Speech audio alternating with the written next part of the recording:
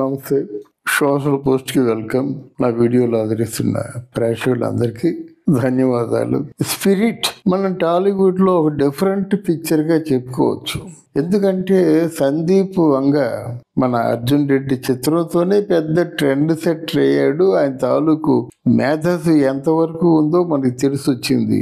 తర్వాత యానిమల్ తీసిన తర్వాత ఇటు టాలీవుడ్ ప్రపంచంతో పాటు అక్కడ బాలీవుడ్ కూడా పెద్ద షాకులో ఉండిపోయింది. అంటే ఏమిటో ఈ డైరెక్టర్ ఎంత గొప్పగా చేశాడు, యానిమల్ సినిమా ఎంత ప్రపంచ వ్యాప్తంగా విస్తృతంగా పేరు సంపాదించిందో అందరికీ తెలుసు. ఇప్పుడు ప్రభాస్ తో ఆ స్పిరిట్ లోనే ఒక స్పిరిట్ ఉంది.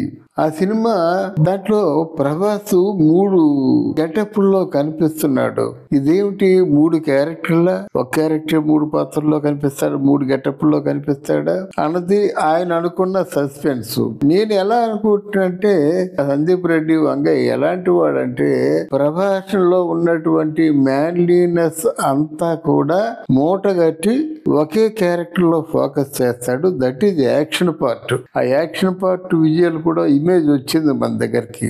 తర్వాత ఇందులో ఒక గెటప్ లో ఉన్న హీరోకో లేదా ఒక పాత్రధారి హీరోకో హీరోయిన్ ఖైరా అడ్వానీ అయితే ఇంకో రెండో పాత్రలో ఫుల్ రొమాంటిక్ బ్యాక్గ్రౌండ్ తో ఉంటుందన్నమాట. దానికి తెలివిగా త్రిషను తీసుకున్నాడు. త్రిష ఒకప్పటి మన ప్రభాస్ తాలూకు లవ్. ఇద్దరు ప్రేమించుకున్నారు. చివరకు ఆ ప్రేమకి ఏదో అంతరాయం వచ్చింది. కృష్ణరాజు గారు కాదని చెప్పారని ప్రచారం ఒకటి ఉంది. అది మనకి తెలిసినంత వరకు ప్రచారంగానే చూస్తాను. కానీ మొన్న వీళ్ళిద్దరూ కలుసుకునే విధానం బట్టి ప్రభాస్ ఎంతో అంత దగ్గరగా మెర్జ్ అయిపోయి ఆయన తాలూకు భావ వ్యక్తీకరణ చేయడం బట్టి వీళ్ళిద్దరికి మంచి ఫ్రెండ్షిప్ ఉందని అది అర్థం చేసుకోవడంలో పెద్ద ఆశ్చర్యం లేదు. మంచి ఫ్రెండ్షిప్ ఉంది. ఆ ఫ్రెండ్షిప్ ని రొమాన్స్ గా కెమిస్ట్రీగా ఉపయోగించుకుంటాడు సందీప్ రెడ్డి.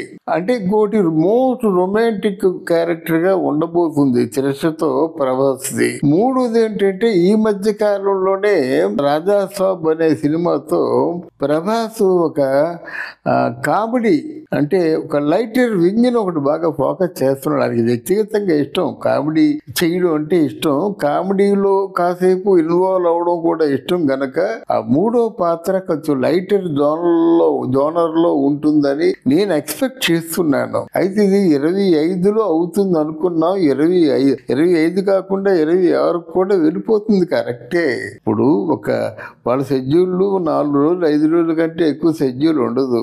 అంటే 5 రోజులు చొప్పున 60 రోజులు అవ్వాలంటే అక్కడ 12 షెడ్యూళ్లు చేసుకోవాలి. 12 షెడ్యూళ్లు ఒక సంవత్సరానికి 6 షెడ్యూల్ అయినా 2 సంవత్సరాలు పడుతుంది ఆ లెక్క ప్రకారంగా. ఎనీవే ప్రభాస్ మరి ఈ రోజు ఇంటర్నేషనల్ స్టార్ అయ్యాడు. ఇంటర్నేషనల్ ప్రేక్షకుడికి దగ్గరగా తీసుకెళ్లి మనం చూపించవలసిన బాధ్యత ఉంది. లేకపోతే ఏమవుతుందంటే ఆయన నెంబర్ 1 రాజాసాబ్ ఫస్ట్ క్లాస్, కానీ ఆ డైరెక్టర్ గా ఆయన ఉపయోగించుకోవడం తెలియలేదు అంటారు. మనం కూడా పొందవలసిన అవసరం వస్తుంది కనుక డెఫినెట్ గా ఈ ప్రభాస్ ఒక స్పిరిట్ చిత్రం చాలా గొప్ప చిత్రం అవుతుందని మనం ఆశిద్దాం. అందులో 3 గెటప్లకి 3 డైమెన్షన్స్ ఉంటాయి. ఒకే వ్యక్తి 3 డైమెన్షన్స్ లో కనిపించడం కానీ అది బాగుంటుంది. ప్యాక్డ్ గా ఉంటుంది కథ. అంటే ఒక్కొక్క గెటప్ లోనూ ఒక్కొక్క వైవిధ్యం ఉన్నటువంటి అభినయాన్ని చూపిస్తూ 3 గెటప్ల్లో 3 డిఫరెంట్ రుచులు ప్రేక్షకులకు అందించడం మాత్రం చాలా తెలివైనటువంటి డైరెక్టర్ చేసిన పని గనక ఆ సినిమాని మనం మనస్ఫూర్తిగా అంటే ఆల్మోస్ట్ ఆల్ ప్రభాస్ తాలూకు నట విశ్వరూపం మనం చూడగలుగుతాం అన్నమాట. అంటే ప్రభాస్ లో ఉన్నటువంటి 100% టాలెంట్ ని కూడా నవరసాల్ని కూడా పిండుకుంటాడు సందీప్ రెడ్డి వంగ అని మనం అంటే తప్పకుండా మనం ఆ విధంగా భావించవచ్చు. అది జరుగు తీరుతుంది. మీ విషయం all the very best. Thank you.